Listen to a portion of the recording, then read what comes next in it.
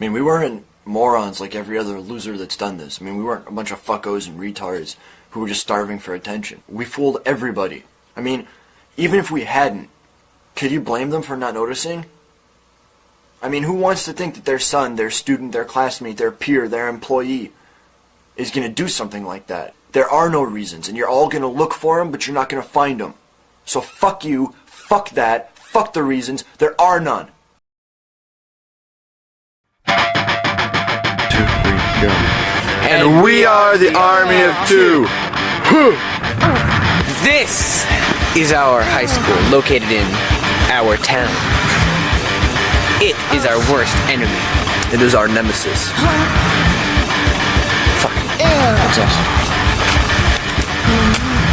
There will be a series of missions, followed by a final big-ass mission called Zero Day!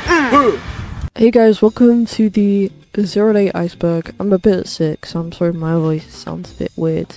But without further ado, let's get into it. Tier 1, released with Elephant. Elephant was also released in 2003, despite 0 Day actually being completely finished by 2001, though it was later released in 2003 at a film festival. Elephant is also loosely based on Columbine and follows Eric and Alex, who plan and then carry out an attack. Elephant is much less popular due to the fact that most of the movies sign artsy scenes of kids walking around, and there's a lot less character given to the people in the movies, whereas 0 Day actually gives you the ability to get involved in their life as it happens. The two aren't actually related in any way, but both are queer interpretations with somewhat similar characters. Directed by Ben Cochio. Ben Cochio hasn't actually directed many movies, and his most notable one is 0 Day. 2 kids, 1 school. It's the slogan for the movie that was seen at the 0 Day movie website. Tier 2, the missions. Kel and Andre decided to do some missions to lead up to 0 Day. Mission 1, 4th of July, lighting up bottle rockets. Mission 2, egging Brad Huff's house. Mission 3, going shooting with Chris Kriegerman so they can find where he stores his guns. Mission 4, Poetry Night. Mission 5, stealing Chris's guns and writing him a note. Mission 6, the final big ass mission, 0 Day. And I thought it'd be cool if I just kind of shouted it out. A little bonus is that in the audio commentary, Cal said he wore the mission clothes under his prom suit, which is exactly what the character would think, but it's cool. Yeah, I think so. In the script, if I remember correctly, because again, it's been a very long time since I've even looked at it. It was structured around the notion of them having these missions that they were going to go on that would escalate in severity and gravity over time. I'm insecure and need attention. During the scene where Cal and Rachel are exploring the cemetery, Rachel starts asking Cal why he always films things. Cal jokingly responds that he's insecure and needs attention. I'm insecure and I need attention. As for this being important to the symbolism, all I can really think is perhaps 0 Day being a way for Cal to get attention, and so this is foreshadowing his attack, or giving answers on why they did this. But it's clear that Cal's joking. Also, fans love this scene. The amount of screenshots from this scene tops any other. Characters have the same name as the actors playing them. Cal Robertson plays Cal Gabriel, and Andrew Cook plays Andre Kriegman. Originally, Cochio did intend on Cal and Andre having different names, which were Avery and Thomas, but concluded the movie would come off far more realistic and natural if the actors just used their real names. This also applies to all background characters given names. There was, Avery and Thomas were the 2 names of the characters in the script. And we ended up using, I ideally wanted to use the kids' real names, because if I wanted to use their real families, I didn't want to have to get them to remember a name, because I could just see some doddering older relative going like, Avery, and it kills it, and then everybody knows, oh yeah, they told him to call him Avery. And it's like, why even bother? So I was really glad that they allowed me to use their real names, because it just really helped. Andre. It's the ship name of Cal and Andre. A lot of fans of the movie believe that they were at least interested in each other. A lot of fan art and fanfiction of Cal and Andre does exist. Cook doesn't believe the two shared these feelings, but the director himself does. As far as I know, Robertson hasn't spoken on this. Film is based on Columbine. The film is very heavily based on Columbine. There are parts in the script directly taken from the tapes, journals, and 911 calls of the Columbine perpetrators. The timing also makes sense in reference to the real perpetrators and parts of Cal and Andre's personalities that do heavily reflect those of Dylan and Eric's. A lot of people consider this the most accurate or realistic Columbine film, but realistically, a lot of it is just fiction, though it is clear that it takes inspiration from Columbine. Tier 3. This is for the making of. In the behind the scenes for the film, it is entirely made up of short clips where Robertson says the clip for the making of, or this will look good in the making of, and is then told by Kocho to stop filming. This has become sort of an inside joke in the fandom. Actually, stop it recording for right now, Cal. Because this will be good for the making of. Anyway, stop recording until we're ready to go, Cal. Oh, this is another. Stop recording until we get going, Cal. Here, stop recording for a second, Cal. Nothing strange. Could you stop recording for a second, please, Cal?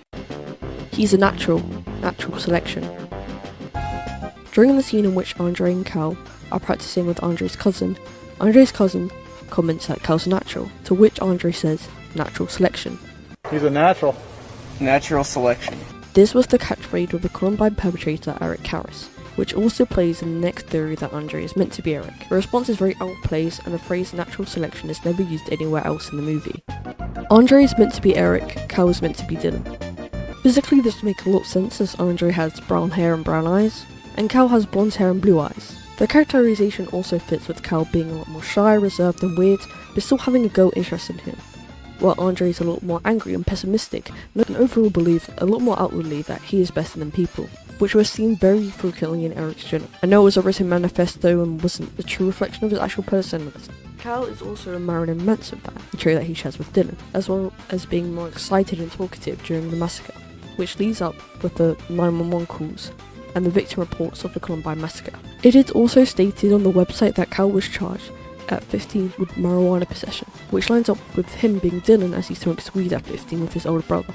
There are inconsistencies such as Cal's poem being somewhat similar to a poem handed in by Eric, and Andre being Jewish when Dylan was of Jewish descent, I believe.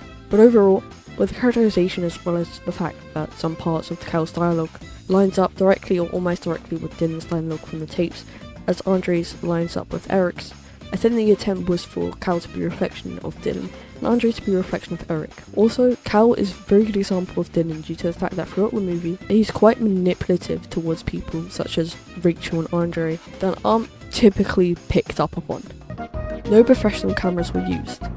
Kocho was inspired to create the film after nearly dying in a car crash. He was broke and had very little supplies, so most of Zero Day was filmed with the Sony DCR TRV 900 3-chip mini DV camera Kocho already owned. He brought a cheap digital 8 camera as well, which was given to Cal and Andre. Tier 4. Braces scene was not scripted. At one point in the film, Cal has his braces removed, which was genuine. Robertson didn't realise would overlap with the film, and so to avoid inconsistencies and make this film feel a bit more real, Kocho posed as a family member and recorded the appointments. I also think that it's very funny that his parents spent all that time and money just for Cal to shoot through his mouth. Andre is Jewish. It's never directly stated in the movie that Andre is Jewish, and this conception that he is comes from the mention of Jewish holidays whilst they planned Zero Day. The official website is no longer available, not completely archived, but I've heard accounts that it was actually stated on the website that Andre was Jewish. And not counting Jewish holidays, of course. Also, fun fact, this is likely taken from the Basement Tapes transcript in which Dylan mentions his uncle being upset about the massacre due to some Jewish holiday, which Eric gets upset at him for being Jewish. Buddhist peace beads. Cal asked Ben if the character could wear the beads, and Ben said that he could, as it would be ironic seeing him wear this, whilst knowing what he does later on in the movie. I wanted to add, and I found this in a Reddit thread so it can't be confirmed 100%, that Cal's actor had been stated to enjoy spending time at the New Haven Zen Center in an actor's bio. In the commentary track, at 52 minutes and 50 seconds, Andre mentions they are Buddhist prayer beads. That combined with a little blurb from that cast bio may confirm Cal Robertson is or was a Buddhist. So it could be possible that the belief bled into the character. It makes you think about what his beliefs were about the afterlife and suicide. Did he kill himself with the idea that he could be reborn with the chance of a happier life?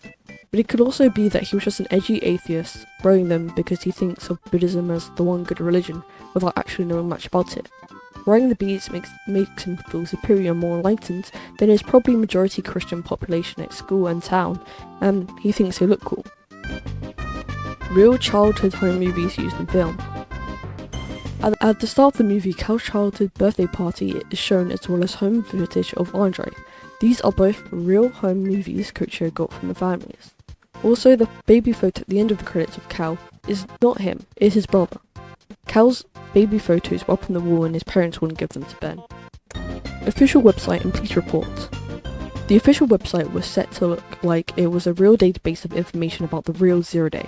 This gives insight into characters such as Andre having an older brother, being on the track team, contributing to the school paper sometimes, joining the science club, being accepted at the University of Connecticut School of Engineering, Cal having a sister, being diagnosed with ADD, having charges for marijuana possession. Both were said to have a large friend group, but were very close to each other. It also had things like Andre and Cal's school IDs and specific models of weapons they used. The site is an art fully archive, so unfortunately we can't experience the whole thing, and Cal's information is a lot easier to find due to him being the fan favourite. Allegedly inspired real shootings afterwards. No, it didn't, but real shooters like Jeffrey Wise and Adam Lanza have both put Elephant and Zero Day on their favourite movies list. Obviously this can be linked as the both school shooter movies, but no one has outright said that they were inspired by the movies. Tier 5. Meaning behind Cal's poem.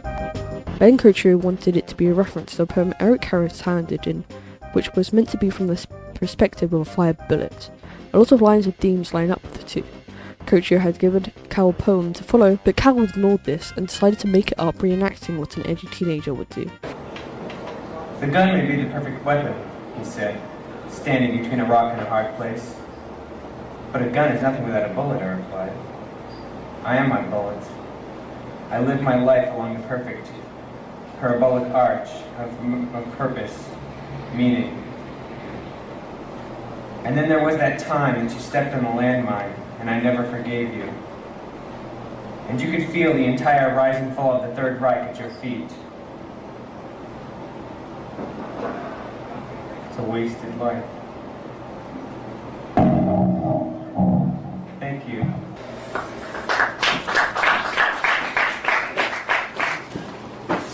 Do you want to tell me what the fuck that was? Earlier home. I had written a poem that I gave to Cal for him to read, but he, of course, wanted to change it and do it himself, which I actually encouraged.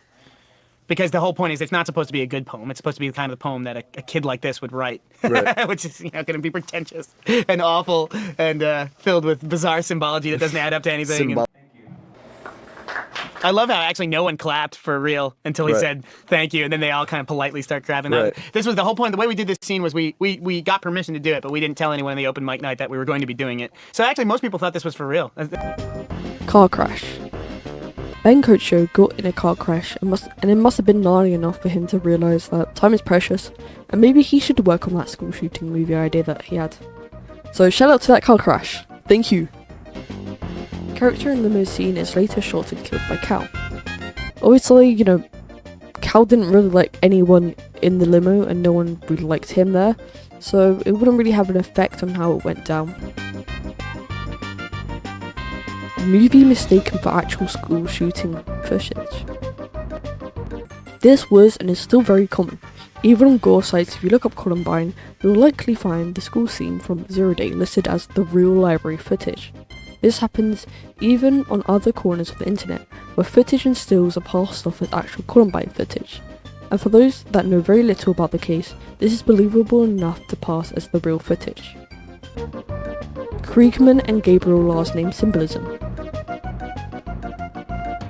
Gabriel means man of God, as the last name and it originated from Hebrew. Gabriel was also the angel in the Bible responsible for the announcing of the birth of Christ. I think this is meant to be symbolic of purity and good, both characteristics Cal did not possess, but was charismatic enough for you to believe.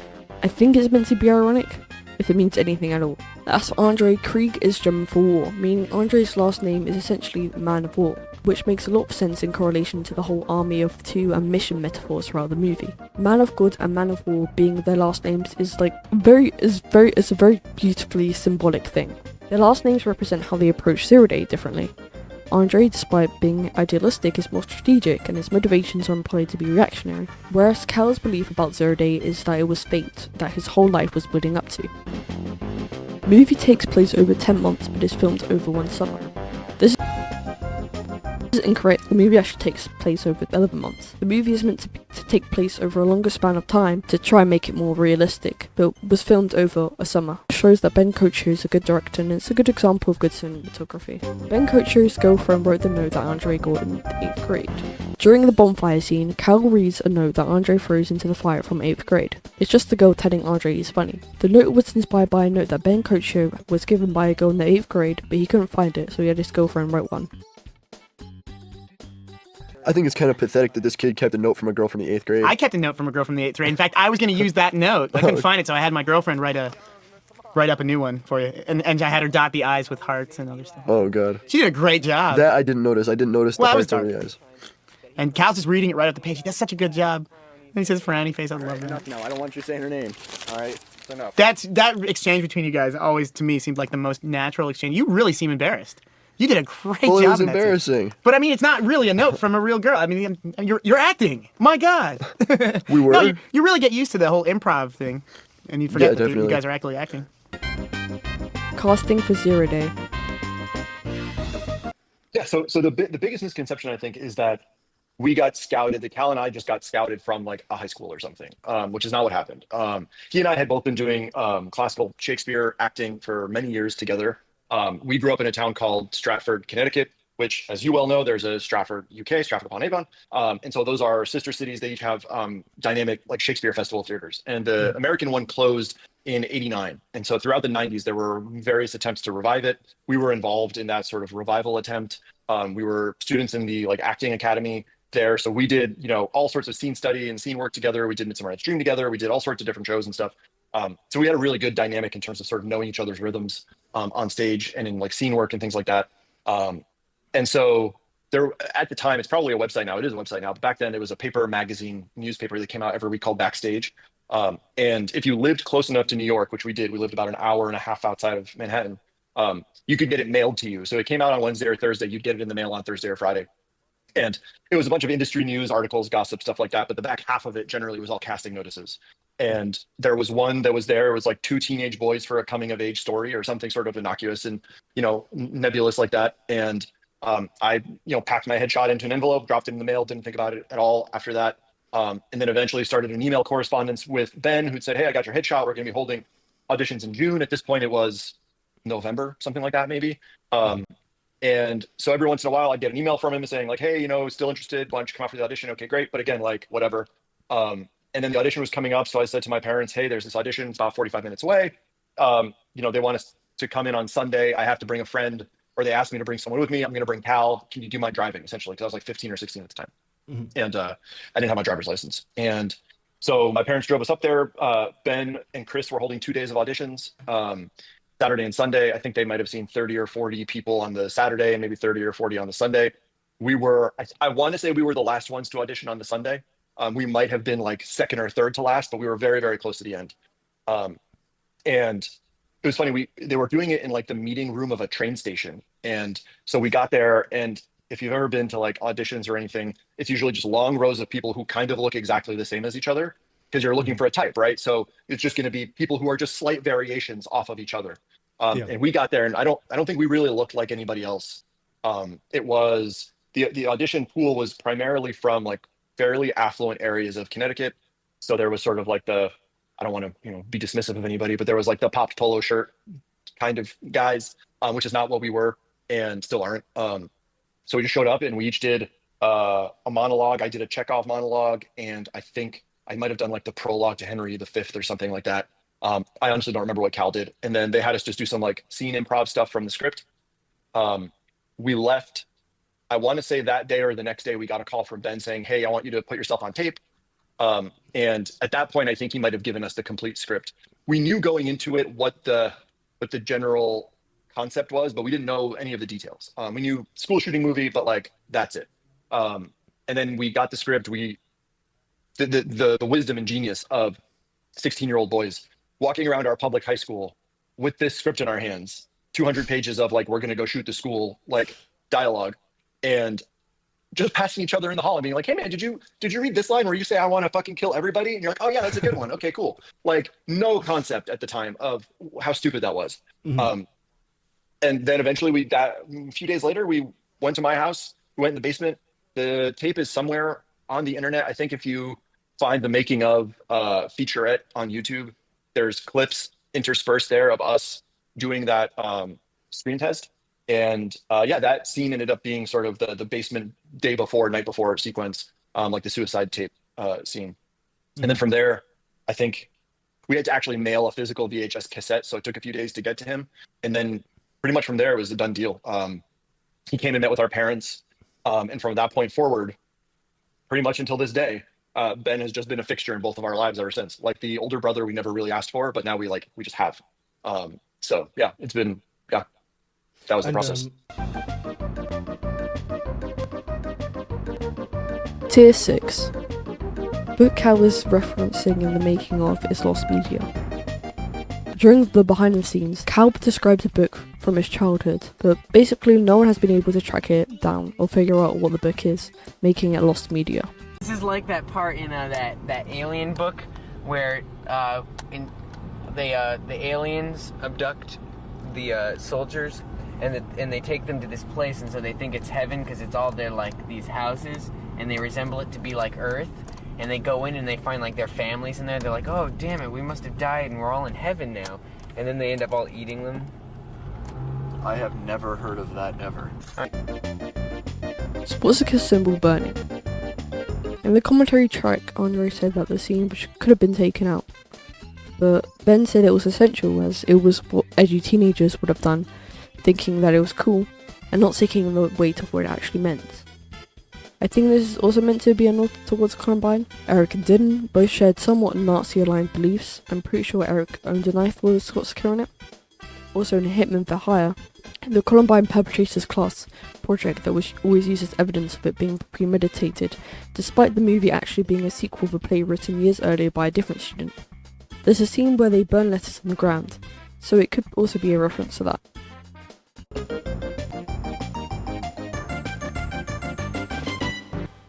Queer relationship purposely left to interpretation. Couture stated that he did purposely leave Cal's and Andre's relationship as vague as possible, when Couture himself has never said that they were gay or romantically interested in each other. He has stated that if they would have spent a few hours exploring each other's bodies, his words not mine, they wouldn't have had the desire to kill people. A theory that some fans have is that a large factor in the film towards Cal and Andre's violence is the homophobia that leads them to feel ostracized, and never actually being able to explore those parts of themselves. Neither of them ever show interest in women, even though Cal goes to prom with Rachel, it comes off more as friends than dates, and he ends up spending the night with Andre anyways. While most viewers do seem to think Cal and Andre were mutually interested in each other in some way, it is left up to interpretation as Couture didn't want to force a narrative down anyone's throats, and instead wanted to give you pieces for you to come up with your own conclusions.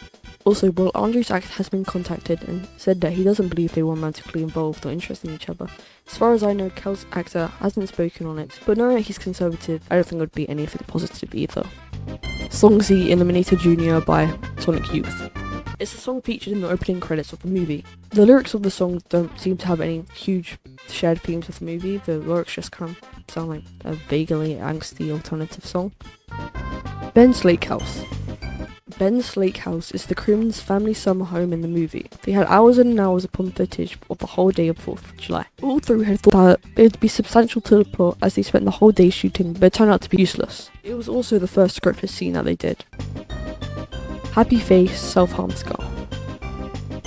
While Cal and Andre are looking through his dad's gun collection, Cal's hand is seen from the camera. A lot of people have said that they can see a mark on his hand that looks like a red smiley face. Some people have theorized it's a self-harm scar. This has never been confirmed and there's no indication of it on the website or in the movie or interviews. I personally think it was a smiley face that he drew with the red pen outside of shooting the movie. Maybe it could have been left in as an Easter egg, even though there is no mention of it in the audio commentary, or maybe it wasn't visible to Couture when he was editing the movie. The scar has led to some of the fandom headcanon him as having an eating disorder and self-harming, which I think is sometimes a rite of passage for a fictional skinny white boy character. Test screening footage. There's test screening footage of Carl and Andre in which they do the same monologue they do after prom. There's not much other to this than it's cool to see the first version of the script as opposed to what ends up being shown in the movie. Gains popularity on TCC Blur in the 2010s. The 2010s was the prime time for Tumblr and therefore TCC Blur. One notable event was when Doom came out in 2016 and the fans were mixed with actual gamers and Columbiners. Zero Day would have been appealing to this type of audience if they are seen to some as too attractive males. That's it. Aerocross High School real location. New Milford High School in New Milford, Connecticut. The school seen in the first scene is actually New Milford High School in New Milford, Connecticut. There is an actual real high school in Kentucky named Iroquois High School. Whether Coach knew about this or not, don't know. There isn't anything like spooky or unknown about the location. It's always been pretty public. Coach was actually specifically told he wasn't allowed to film outside of it, but he did it anyway, just when they had finished filming instead of the beginning. The reason they used this high school was just because it was close to Coach and somewhat resembled Columbine High School. The actual library footage from the movie was filmed at State University of New York at Purchase in Purchase, New York. Tier 7. Ethel Kane.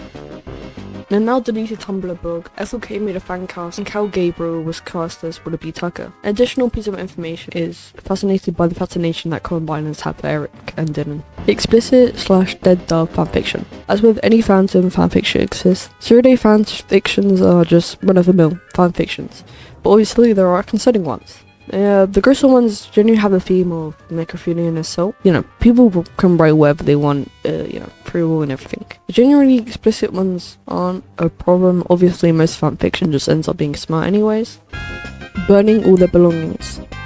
This scene for me is personally one of the most important scenes in the whole movie, and I don't think it's talked about enough. Cal and Andre get all their personal belongings and throw it in a campfire, knowing it'd be dissected and criticized by the media. Destroying everything that they loved is the ultimate mission. There is no going back, because they would be going back to nothing. But if they didn't want their things to be criticized, why film it? Because the things that they did show will be questioned and will be shown as evidence. It's the same thing as them saying that there is no reason for the shooting, when throughout the movie, we are shown the reasons. So I guess it's only meant to make sense to them.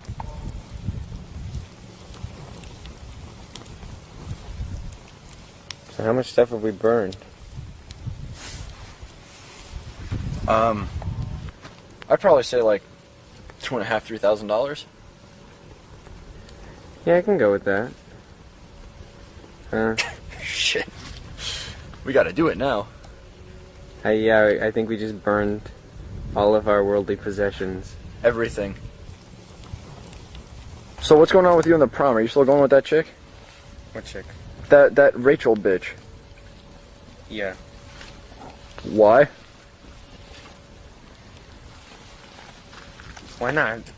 I don't know, she's just kind of weird. I don't like her. She's like, she thinks I'm some kind of fucking psycho. She's always afraid of me. You are a fucking psycho. Yeah, but so are you. Yeah, you're right. She doesn't even realize. Oh, it must be your pretty boy, blonde, good looks. And, What do you mean? oh, I'm gonna play with my hair now. Oh. Shut up. When'd she ask you? Like last week. Just after my acne cleared up. I don't know what's going on. Hey, who's the acne one? Yo, shut up, alright? Shut up. Right, don't. Can't believe you got asked. No, you're not going with anybody, are you? No? No. Well, who says I didn't get asked? I just didn't want to go. You didn't get asked. That's a pile of shit. So? That makes sense. They're gonna say one of us was the leader. I mean, I really don't. I mean, we joke, but I really don't think any one of us is more of a leader than the other. Why don't we split the press releases? All right. All right. I could be leader for half. You could be leader for half. Sounds good. Way to dying out. That is so cool. See, every time the wind blows, it just goes out a little more. And the way we've talked about 0 Day, it's almost like that this fire is supposed to burn like 1,000 feet tall, and never burn out. But look at it, it's just like black crap now. God. We were. No, you really get used to the whole improv thing, and you forget that you definitely. guys are actually acting. Shit. We gotta do it now. That's a scripted line, and I think a strong one. And this idea that, really up until this point, you guys haven't done jack shit. You basically egged a house and complained. And bought some pipes at the Home Depot. Yeah, made bombs. Okay, At a that hardware is definitely store. something. But you haven't really done anything yet. And here, to really force yourself over the edge, you burn all your possessions. I love that. Like, she thinks I'm some kind of fucking great. psycho. And now you have to do it because now you don't. I mean, how could you really explain that? I mean, Mom, we burned all that stuff. That's a great. Oh man, that's a great improv there where she thinks I'm a fucking psycho, and Cal goes, "You are a fucking psycho." I love that. It's just really good. And then he gets all embarrassed when he starts. This is another really good exchange between you guys. I really love this exchange between you guys. You did a great job here. What's going on? Hey, who's the acne one? Yes, point out my skin deficiency. Well, that's the thing. You guys are actually talking, and it mixes Yeah. in with the line. Rachel was a victim? I've always seen this misinformation that Rachel was there during the library attack and was killed. I don't know how people keep on running with this theory as she's not listed as one of the victims. Her name is not found on any of the 14 crosses. I don't think Cal would kill a friend, and some people theorize that she was the one that wrote the nice comment on Cal's cross. Making of the crosses. Ben Kocher made 14 crosses for the last scene of the movie. This is definitely a feat, and he documented it to show how much effort he had put in.